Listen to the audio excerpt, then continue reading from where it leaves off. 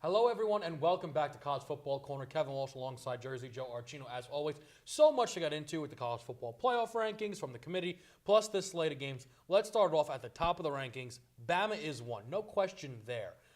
The reality is the SEC is really weak this year, I feel. However, they've been so strong. Is there anything that can knock them off that number one spot?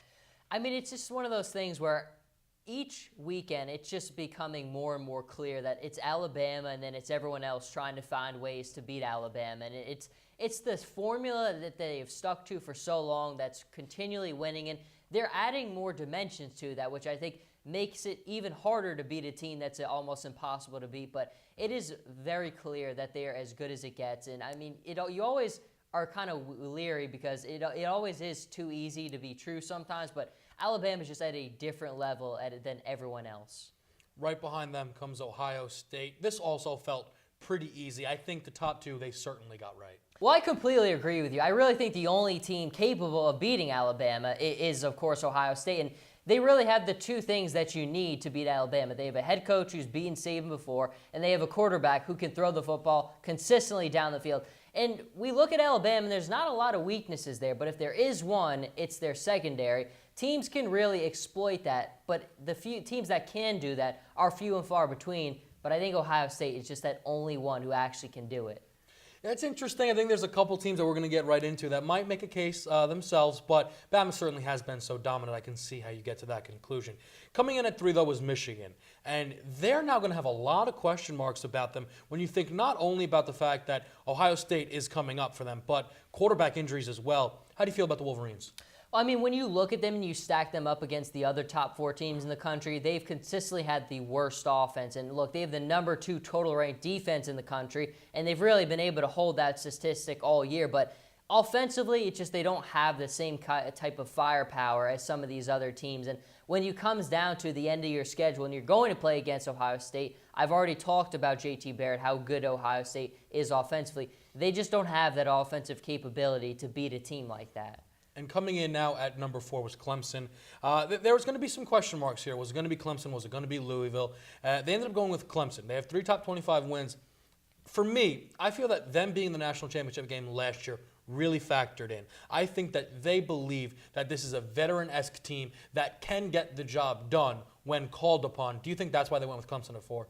I think that's definitely a big reason for it, too. The one thing that, I mean, Clemson has never sit well with me this year. Something has not been right with their team all year. When you have the number 2 total ranked offense all of last season, and then this year you're consistently out of the top 10 in the total ranked offenses, something's not clicking right. And it'd be one thing if there was a lot of changes there, but you've got the same quarterback there who was returning for a huge season. You have the same head coach and a lot of the same personnel. So the fact that they have dropped off so much from where they were last season is a big worry to me. And I just think because they don't have that same flash that they had last year, they just won't be able to beat Alabama, and we all know that's where their aspirations are this year.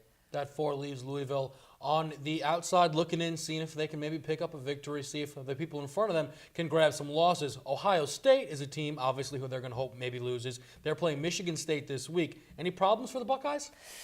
I mean, look, Ohio State hasn't been the prettiest since they lost to Penn State even before that. But to me, this was the game where JT Barrett kind of had his claim to fame. And I think once again, the timing of it is very good. Getting them ready for Michigan. Michigan State's not great this year, but it's a game that can help wake them up enough for that huge test against Michigan. I do think Ohio State wins it. I think they win it with a lot of points on the board.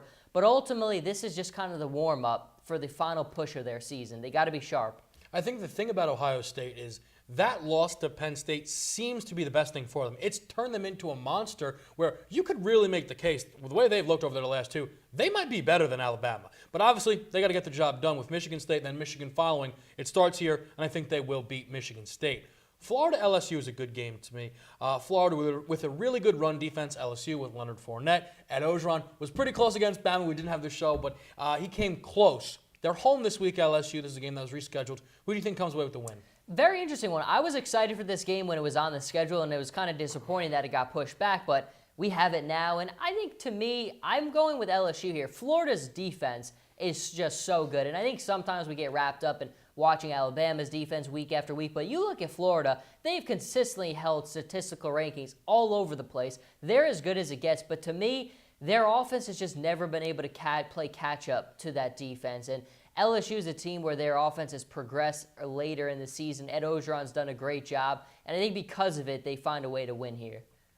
I really like LSU, and I honestly would make the case that LSU is the second best SEC team this year. That performance against Bama, ultimately they weren't able to move the football. It was a very vanilla approach they had, but their defensive performance was inspiring, and that's why I love them against Florida. Not only are they home, but I don't think Florida's going to be able to have success, like you said, on the offensive side of the ball, and Leonard Fournette will have a good enough game to get LSU a win here. Oklahoma, West Virginia. Interesting game. The way Oklahoma started their season with the two early losses to Houston and Ohio State, we thought they were done. They've now climbed themselves up into the top 10. They look like the favorites to win a Big 12 championship, but they got to get a victory here on the road against West Virginia. Will they do that?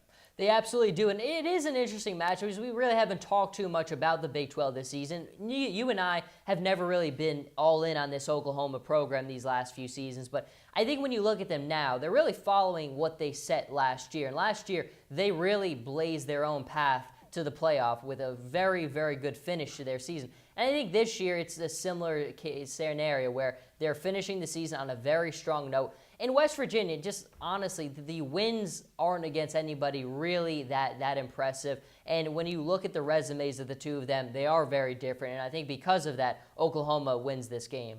Yeah, I like Oklahoma in this game. I've mentioned it plenty of times. Do I like Oklahoma? No. Do I like them more than everyone in the Big 12? Yes, because I think the Big 12 is terrible. Oklahoma is interesting, though, because they do have a lot of pieces that make you wonder, could they make noise in the college football playoffs? Obviously, they need this win against West Virginia if they want any chance at cracking that top four. I think they will get this win. We're now moving on to a game that if you would have told me at the beginning of the year was going to be on one of our slates, I would have laughed in your face all the way to the bank. Penn State against Rutgers. Oh, boy. Who do you think wins? I mean, look, when you have a game on your schedule when one of the teams hasn't won a game in their conference, you're probably like, why is this game on the schedule? But I'll tell you why it's on the schedule. It's because there's a lot of implications behind this. Penn State, basically, if they win out, and even if Ohio State wins against Michigan, Penn State will win the Big Ten West and secure a spot in the Big Ten championship game. Now, don't ask me how it works. I'm not a rocket scientist, but I will tell you that Ohio State is a much better football team than Penn State. The one thing, though, you have to ask, though, is Penn State mentally ready for this? This is a program which has gone through a lot. There's no question about that. And I just don't know if they're ready for the pressure that's continuing to be put on their shoulders right now. I think they win this game because Rutgers is horrible. But you have to ask the question, can they see the schedule through with everything that's going on right now and all the pressure that's being put on them? Ultimately, if Penn State loses this game, get them out the top 25, I mean, there's nothing even discussed there. It's how will they win this game? Because like you said, if Ohio State beats Michigan and Penn State wins out, Penn State gets that spot that we thought one of those two teams would have for sure. When you look at the performances that Michigan and Ohio State had up against Rutgers, where it was clearly men amongst boys, Penn State needs to have a similar performance. They need at least 40-point margin of victory in this game. I don't know if they get that, and that's what I'll be looking to see. But simply, a pick 'em here, it's got to be Penn State. Rutgers is, as you said, horrible. Final game on our slate, it's USC traveling to UCLA. The Bruins really haven't been what we expected. Josh Rosen has the injury problems and things like that. But USC has now become very interesting. Their big-time win against Washington, they've kind of added a little bit of spice to that Pac-12. Do you think they get this victory here?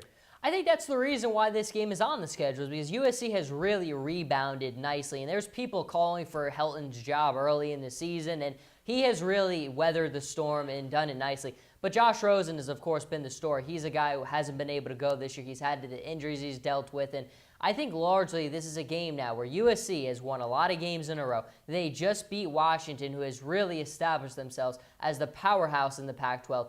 I do think they continue and they win this game. Again, this is always an emotional game. This is a bitter rivalry between two historic programs, but without Josh Rosen, I just think the win falls in USC's lap. This is the game. Feels like every week there's the game where you have to find the upset. Last week we spoke about the slate. We said, there's nothing here. There's nothing to talk about. Well, that's why you get 2, 3, 4, 5, everyone losing. I'm going with the upset here. I don't love it, But I think this could be where USC starts to maybe rest on their laurels. Oh, we beat Washington. We're back in. USC's back. Coach is staying. Oh, man, we just blew it and lost to UCLA. Without Josh Rosen, no, they're not as deadly as they could be. But I think UCLA at home can play with enough pride to upset their rival in USC. We'll see how that goes. We'll see how all these games shake out and then see how the rankings look after another great week of college football. For Jersey Joe Archino, I'm Kevin Walsh. We'll see you guys next time.